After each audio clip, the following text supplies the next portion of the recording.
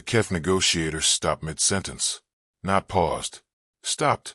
The way a machine stops when something severs its power, mid-cycle. No warning, no wind down. Engineer Priya Vasquez noticed, because she'd been watching its mouth. Not its eyes. It didn't have eyes. Exactly. More like pressure-sensitive membranes arranged in a ridge above where a jaw might be.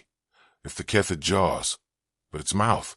Because the Keth negotiator had been talking for 6 uninterrupted hours, and Priya had started tracking its mouth the way you track a clock when you're desperate. The silence lasted 4 seconds. Then it said in perfect standard, "You are humming." Priya blinked. "What? You are humming." She had been. She hadn't noticed. Something half-remembered from her mother's kitchen. Tuneless, automatic. The kind of sound the body makes when the mind is somewhere else entirely. "Sorry," she said. Reflex. The negotiator did not resume its sentence. Instead, it turned to the other 3 Keth at the table, and they exchanged something. Not words, not gestures. A change in the air pressure of the room. A shared shift in the membranes above their mouths. And Priya felt the temperature of the negotiation change without knowing why. She'd just broken something. She had no idea what. The Keth had not come to negotiate trade routes. Commander Yusuf Adebayo knew this within the first hour. He'd read enough failed first contact files to recognize the shape of a conversation that is about something else entirely. The route discussion was a frame, a container. The Keth kept returning to it, not because they cared about it, but because they needed something to hold while they decided whether to say the real thing. He said nothing. He waited. 6 hours in, Priya hummed 4 bars of something from a kitchen 20 years ago, and the entire room changed. "What does it mean?" he asked her afterward, in the corridor outside, voice low. "I don't know. I didn't even." She stopped. "I wasn't thinking. I know." He looked at the closed door. The question is what they heard. The lead Keth negotiator's name, as close as any human mouth could approximate it, was a sustained pressure drop across a half-second, which the translation matrix had rendered as Vel. Vel had studied humans for 3 years. Not officially. The Keth directorate hadn't sanctioned it. Vel had done it quietly, in the margins of its actual assigned work, because something about the initial contact footage had lodged in its pressure memory, the way foreign objects lodge, wrongly, irritatingly, impossible to ignore. Specifically, the footage of a human child falling off a structure, crying, being held by an adult, and then, 11 minutes later, climbing back up the same structure and falling off again. Vel had watched this footage 47 times. It could not resolve the behavior into any framework it possessed.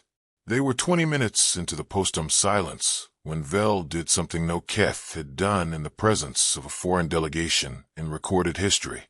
It asked a personal question. "The sound you made," it said. "Where did it come from?" Priya looked at Adebayo. He gave her nothing.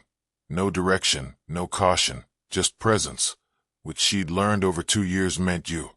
"My mother used to hum it," she said, "when she cooked. I don't even know if it's a real song. It might just be something she made up." "She's not present." "No, she died. 4 years ago." The room pressure shifted. The Keth exchanged their wordless calibration. "You carry the sound," Vel said, "of someone who is gone." "I guess I do." Priya paused. "I don't usually notice." "Does it cause damage?" She almost said no. The reflex was right there, the social smoothing. "It's fine. I've made my peace with it." The performance of closure that humans gave each other to avoid sitting inside the true answer. She didn't. "Sometimes," she said. "Not always. Sometimes it just feels like she's nearby." Vel was still for a long moment. Then it said, "We came to determine whether your species retains viable memory of the dead." Adebayo kept his face completely neutral. He had been doing this for 19 years. Negotiating in rooms where the stakes were never what the briefing said, and he had learned that the most dangerous moment in any negotiation was the moment the real subject finally surfaced, because that was when amateurs reacted, when they showed the shape of what they wanted, and the shape of what they wanted was the only leverage anyone ever truly had. He waited. Priya was less trained, but she was. He had come to understand over 2 years. something rarer than trained. She was genuinely curious. She leaned forward. "Why does that matter to you?" she asked. "Because," Vel said, "we do not." The Keth Directorate had been dying for 60 years. Not bodies. The Keth lived long, reproduced efficiently, occupied 17 systems.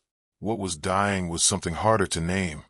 A continuity, a through line, a capacity to remain themselves across generations. Each new cohort of Keth arrived with full biological function and almost no connection to what had come before. The pressure memory that passed between them was shallow now. Technical. Procedural. The word they used, in their own language, translated approximately as echo loss. Vel had watched 47 loops of a human child, falling and climbing. What it had been looking for, without knowing how to name it, was exactly this. The mechanism by which a species stayed itself. How meaning survived the death of the body that first made it. A mother's tuneless hum, carried forward without intention, surfacing in a negotiation room 20 light years from where it was first sung. That was what Vel had come to find. "We have technology you need," Adebayo said finally, his voice careful, not cold. "I think you know that. And I think you came here ready to offer things of significant value in exchange." He paused. "I don't want to negotiate from ignorance. Tell me what you actually need." Vel looked at him for a long moment. "We need to know how you do it," it said. "How you carry the ones you lose." Adebayo was quiet. He thought of his brother, of a photograph he still kept despite having it memorized, of a joke his brother used to tell, terrible, embarrassing, the kind of joke that got worse every time, that Adebayo still told badly, at the wrong moments, because something in him needed the sound of it in the air. "I don't think," he said slowly, "that's something we can put in a technology transfer agreement." "No, but I think it's something we can talk about." He looked at Priya. She was crying slightly, the way people cry when something unexpected touches something real. Not breaking, not performing, just briefly undisguised. She didn't apologize for it. Vel watched her with all of its pressure membranes fully extended, a posture, Adebayo would later learn, that the Keth reserved for moments of significant learning. "This is also something you carry," Vel said, "the water from your eyes." "Yeah," Priya said, "we do that too." "Does it help?" She thought about it honestly. "Sometimes it's the only thing that does." The trade agreement took 11 more days. It was, by any metric, the most favorable first contact outcome in human diplomatic history. The Keth gave them 3 things. A propulsion refinement that cut transit time by 40%, a biological mapping system of extraordinary precision, and access to 17 systems previously closed. Humans gave the Keth one thing. 300 hours of recorded conversation. People talking about who they'd lost, how they remembered them, what they still carried. A grandmother's recipe, a father's handwriting, a brother's terrible joke. They'll listen to all 300 hours. It began, on the 41st hour, to hum. It didn't know it was doing it.